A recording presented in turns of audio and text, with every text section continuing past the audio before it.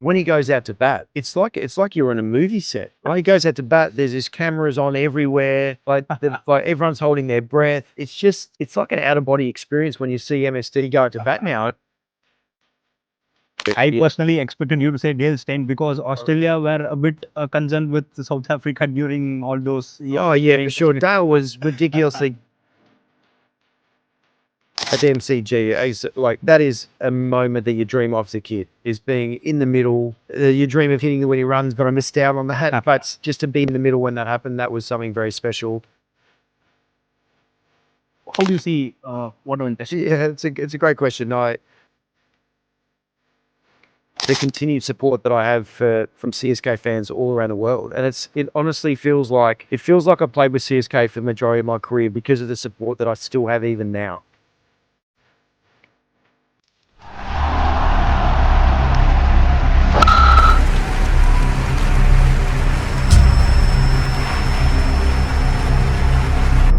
We have Shane Watson with us.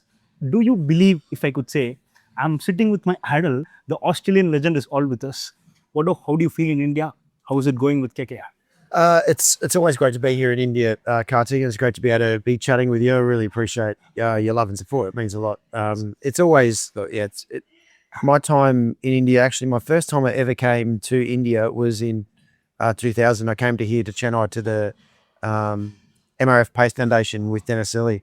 So my first ever time in India was in Chennai, and it's great to be back here. I've got Would you believe if I say I saw you in Taj Coromandel during 2013-14 series? Oh, is that right? Focky was with me. Oh, yeah. I was speaking with Focky. You were busy on a call. So I thought not to disturb.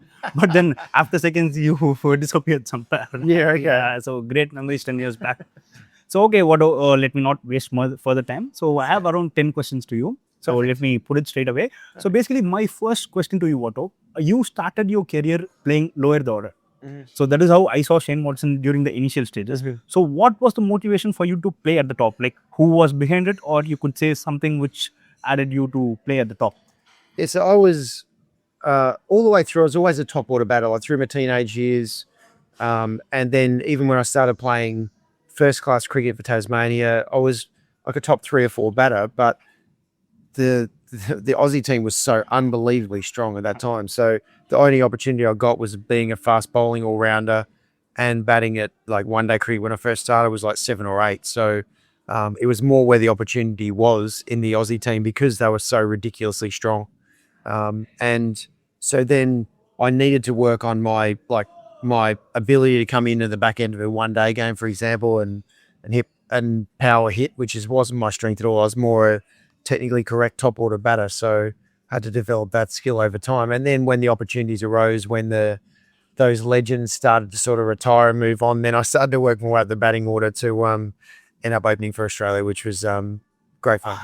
So top order batter was a great success for you, which we loved actually seeing with the GM bat was unbelievable for us. So what you have played during a tougher bowler era during the early 2007 stuff, and you have played during 2015, 16 and those times as well. So who do you think is the most toughest or the scariest bowler you have ever faced? Oh gosh, there's a number. I remember facing Shoaib Akhtar on my 21st birthday at the Gabba. That was and he bowled very fast that night. The ball was reversing quite early as well, so that was not so pleasant. I'd have to say, look, anytime I faced Dale Steyn, I always found him in especially in Test cricket and one day cricket, he was someone where I felt like he never bowled me a bad ball. It was always if I hit him for a boundary, I'd really have to hit a ball, like a good ball to the boundary, because I just felt like he never bowled a bad ball. Look, I was very fortunate to be able to. I was actually very fortunate to be able to play against Shane Warne in some Shield games, and then obviously playing with him in the Rajasthan Royals for 4 years as well. I got to face him in the nets a lot as well, and that was one of the most amazing experiences because he, in my opinion, he's the best bowler that's ever played. Of just his ability to be able to work over batsmen in all different formats. And I had a chance to be able to play against him. So he was certainly unbelievably good and a huge challenge. You have traveled to England, you have traveled to Australia, India, and a lot of places. So which is the most intimidating ground, you would say? The crowds being top of you and being pumped up.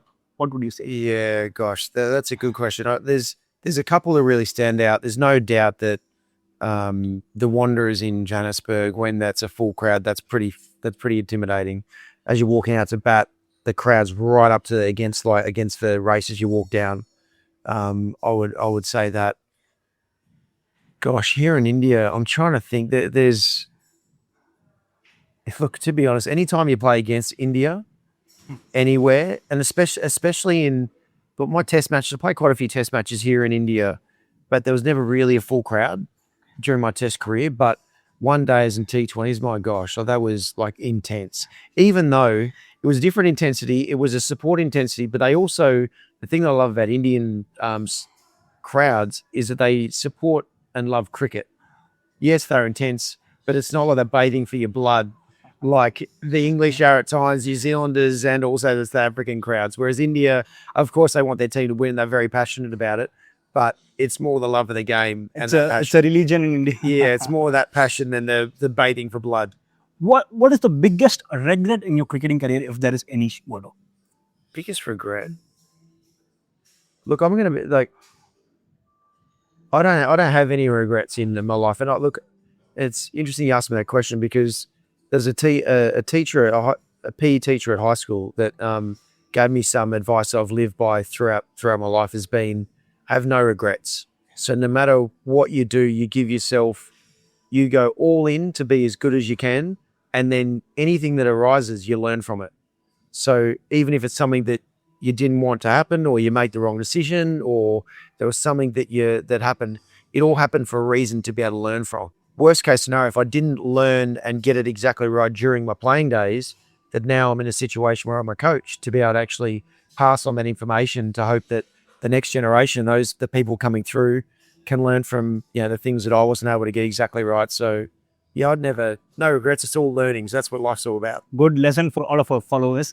And then Watto, so basically, we saw a photo of you, James Faulkner, and Ricky Ponting in the recent time, which shocked the internet. So how is Pocky doing, and how about your admiration for Punter? We know you love Punter so much. Yeah. So that was amazing. We were down in Launceston, Ricky launching the golf course that he's a part of now. But I actually hadn't seen. I spent a lot of time with Jimmy Faulkner for, gosh, probably about 4 years. But especially my Rajasthan Royals days, like we spent a lot of the year together. We're playing one-day cricket for Australia or T20s, Test cricket. That was around 2013 and 2013, and for the Rajasthan Royals. So Jimmy Faulkner, sadly his career got cut short. Like in the end, with a knee injury and then some stuff that, like form-wise, he ended up finishing in his late 20s. He's only 35 right now. And there's guys still playing, MSD still playing at 44, right? So he still would be, he really should be playing some great cricket. But look, he's really happy, content with his life in Hobart. But Ricky's been someone he was my idol growing up. But then to be able to play with him, bat with him, and for him to captain me, was very special. He knew how to get the best out of me. And then my first coaching opportunity was with Delhi Capitals under him. So I owe a huge amount of the life that I've lived to Ricky Ponting.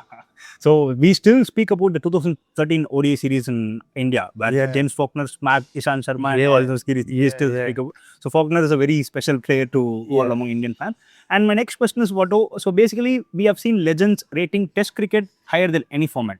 So Test cricket is the pinnacle of cricket, and it's the best format in my opinion. So how do you rate Shane Watson in that particular format? Was Watson a great Test player, or how do you see Watto in Test? Yeah, it's a great question. I always, like growing up, I just wanted to be the best Test cricketer I could be. And then one-day cricket would be a bonus, and there wasn't T20 cricket at that time. So I always wanted to be the very best Test cricketer I could be. There's no doubt I gave everything that I could to be able to try and get closer to mastering Test cricket. And I had a period of time where I was at the top of my game in Test cricket around 2009 through to around 2012.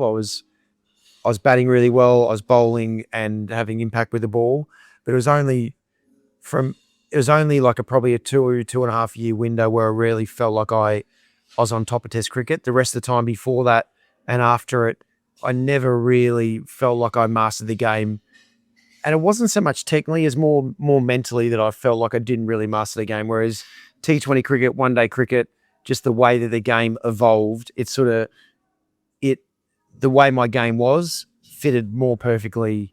It was more suited to T20 cricket and one day cricket where I was fearless. I just sort of took on the bowling. Whereas when had allowed to get inside my head in Test cricket, unfortunately I did quite a bit.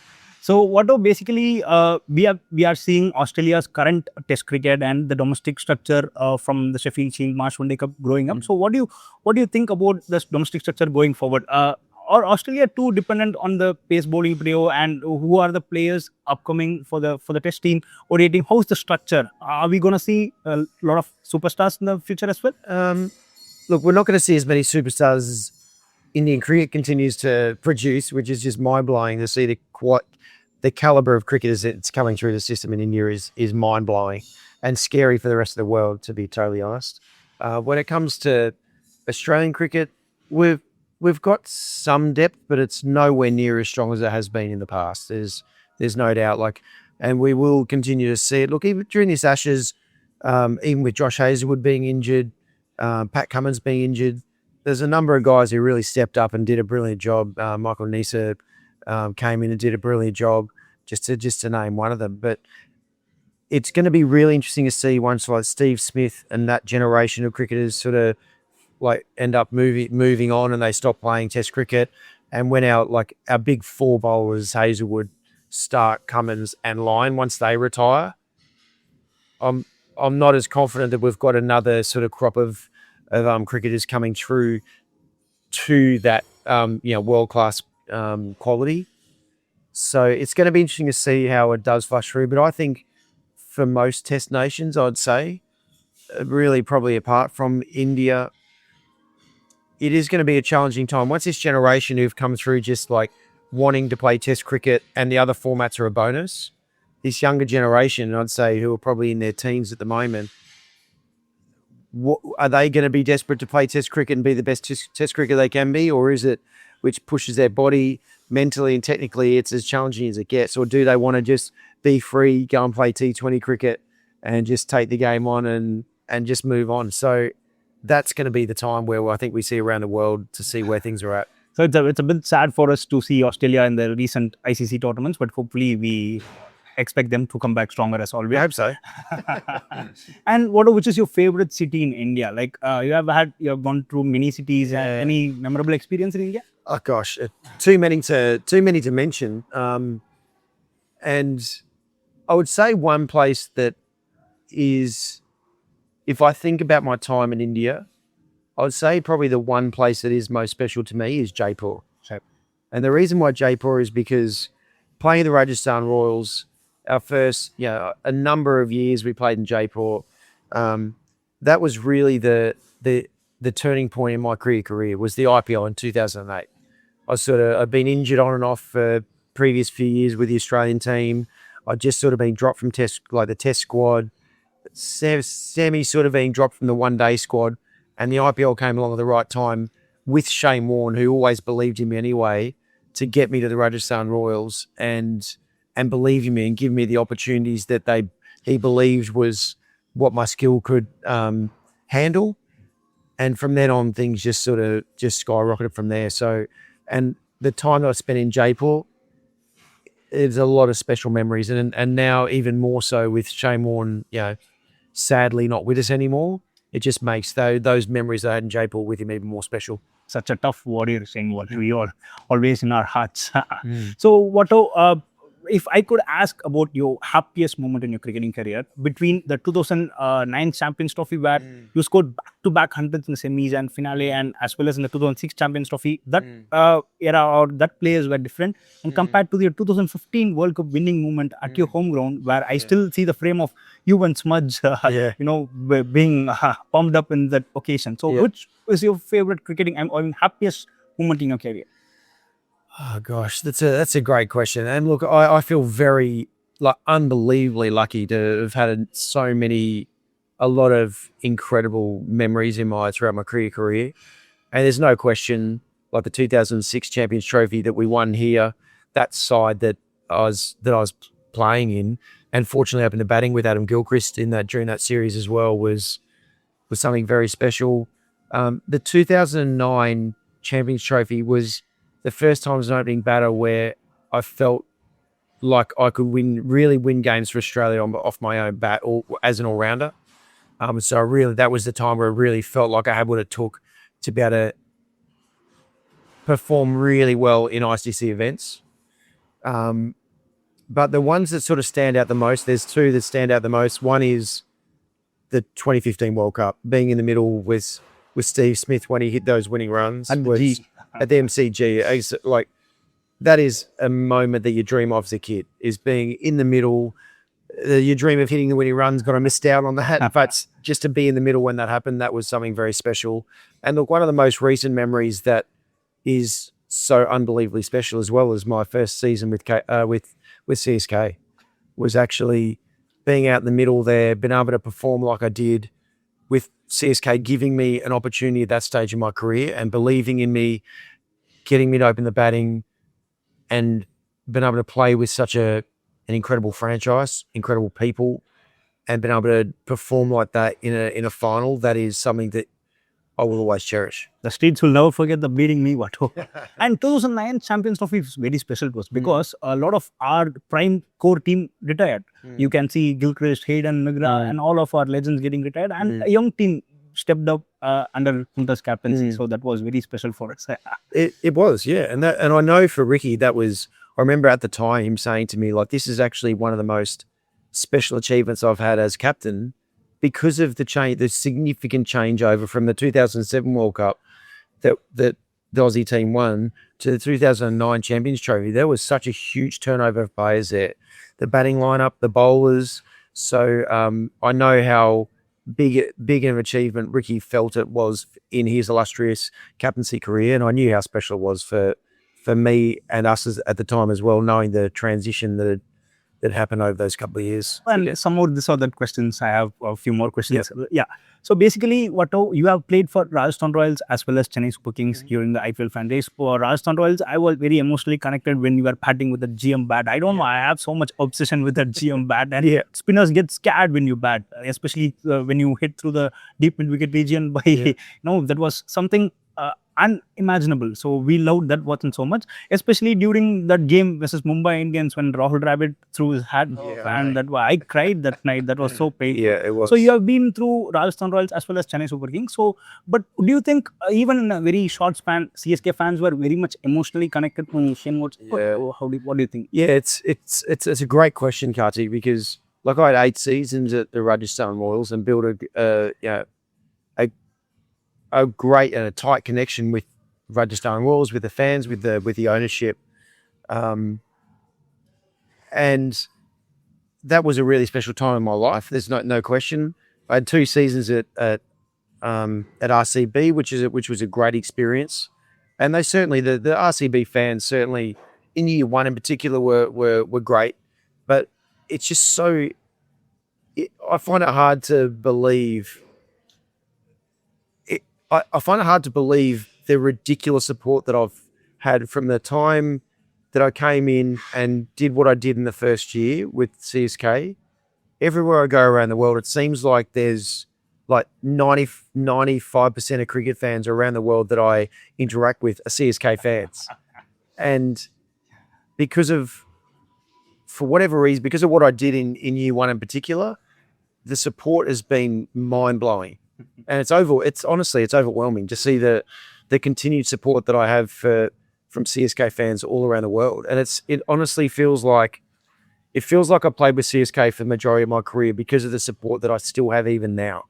5 years after playing in my last IPL for CSK, but it just seems Rajasthan Royal fans being able to have long memories for me to be playing there. But the CSK fans, it's overwhelming. It's incredible. So yeah, so this or that you have to say only one Watto. So my next question is Western Australian cricket, the talent they produce, or New South Wales? So which one would you choose? A lot of talents.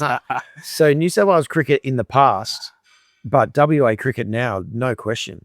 They keep producing a ridiculous amount of cricketers, and they have for the last probably 5 years or so. Okay, so my next question is: you have seen Tendulkar bat at his prime, the stardom, the superstar culture. You have seen MSD at his prime, Dhoni, and you have seen Virat Kohli even now. So, which fan base or stardom do you think was at their peak was untouchable? Like it was at the peak. You can say only one between yeah. MS or Sachin or Virat. I would have to say, because I've seen it up close, Okay.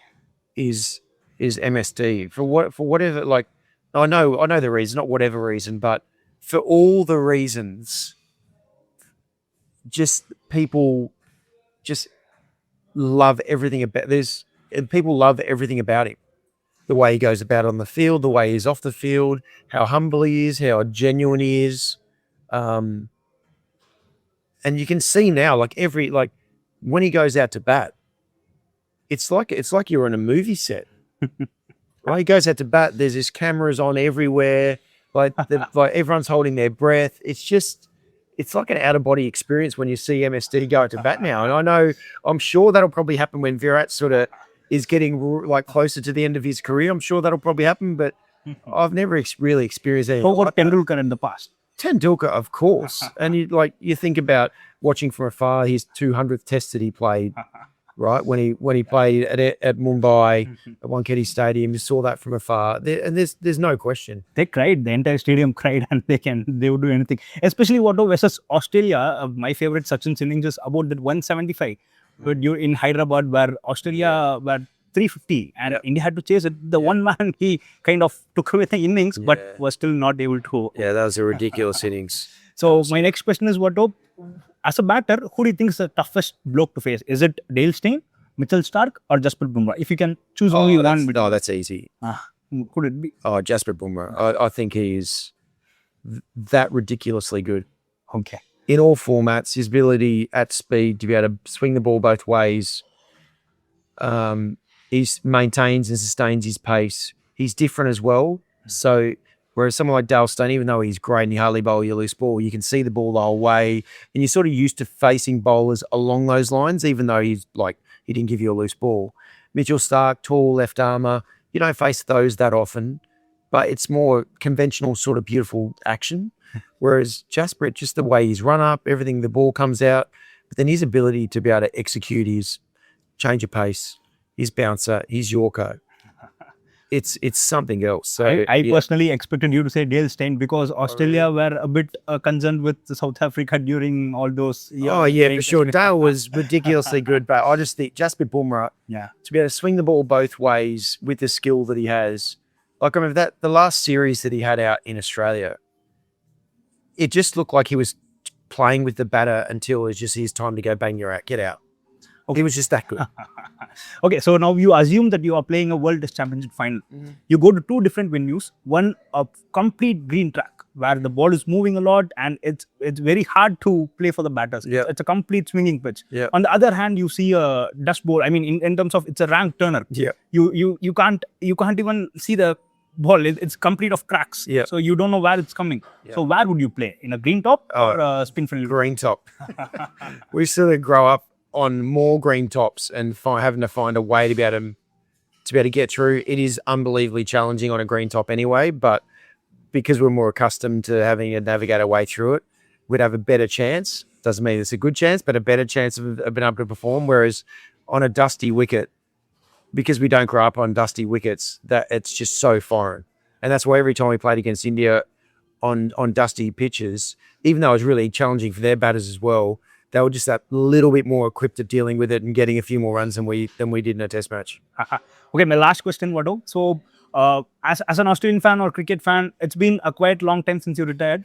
People are always looking for replacements when a player retires. So, so when Cameron Green was picked by KKR under Shane Watson as an assistant coach, people felt so happy because Shane Watson is that kind of player who can mold Cameron Green as like what Watto could do. So that is what people expect from Cameron Green. So how do you rate Cameron Green as an all-rounder or batter? And we haven't won a game yet, so we are at the bottom of the table, but we expect KKR to come back stronger. So what's your message to the fans and about Cameron Green as? So Cam Green and the people who really know enough about Cam Green we all talk about it. We know how ridiculously good he is. Like I think about like attributes I had as a cricketer. This guy's got so many more attributes and then some as a cricketer. He's tall, he bowls fast, he swings the ball both ways. He's endurance wise, his body is actually quite good. He hasn't had a lot of injuries. Batting wise, he's got power. He's got beautiful technique as well. So for me, like that's where this opportunity to be able to work with him like closely. I've had conversations in here and there over the years, but to be able to actually have a chance to be able to work with him really closely, I know that I can just give him enough the right information to be able to really realize, for everyone to be able to see this ridiculous talent that he has. It honestly, True, it's, and we've seen it, you know, an innings that he got 100 for the Mumbai Indians in T20 cricket. He's bowling when he's at his best. So when he's at his best, he's as good as there is in the world. He's a complete cricketer. The biggest thing that he is chasing is just the consistency of being at his very best across all three formats. And for me, like I believe that's not far away at all. He's only 27. Like I think about 2008 IPL, I was 27 or 26, turning 27. So that was when things really sort of took off for me. So because Cam Green started young, we sort of, you know, we expect him to be able to shoot the lights out straight up, but it takes time to be able to find the right blend and the right balance. So yeah, for me, it's not going to, there's going to be a moment where he just finds the exact sort of groove that he needs, and then he's going to dominate everywhere he plays. Also, personally, beyond cricket, it takes a better mental peace or good state of mind to be in a good zone to play cricket. So, how supportive was your family during the game you played, or how was the bonding between them in terms of you coming from the match, because you might not be able to frequently travel with them or do some concerns or whatever. Yep. So, how supportive was your family during your cricketing? My family has always been like ridiculously supportive. Like my mum and dad and my sister certainly were, just gave me every opportunity to be the best that I could be. And then my wife Lee, from the moment we sort of started seeing each other, the support that she gave me, the freedom she gave me to be, because to be as good as you can, you have to be a bit selfish in certain ways. And then when, my kids came along, Will and Matilda came along, like she was on tour straight away, like to be able to ensure that I was able to build a bond with my kids, even while still pushing them to see how good I could be as a cricketer as well. So I'm a very lucky man. I'm thankfully doing the interview because of you. Yeah, they definitely. So one message to your fans, what of all around the corner, or CSK fans, RR fans, Australian fans, what would you say? Look, the one thing that I just feel honestly so grateful and very humbled by the support that I've had throughout my career and now to think that I've been able to do something that people have appreciated like they have, especially here in India, is I never ever take it for granted. And it's something that it's the reason why I love coming to India, and probably the main reason is because we all love cricket so much. So it's a great way to be able to sort of celebrate the game that we all love, and I certainly have always very much appreciated the love and support I've had here. Thank you so much, Watto, for joining the show. Watto joined us amidst his busy schedule and a lot of tight things going on. So we're always thankful and grateful to the streets. We'll never forget Shane Watson 33. Thank you.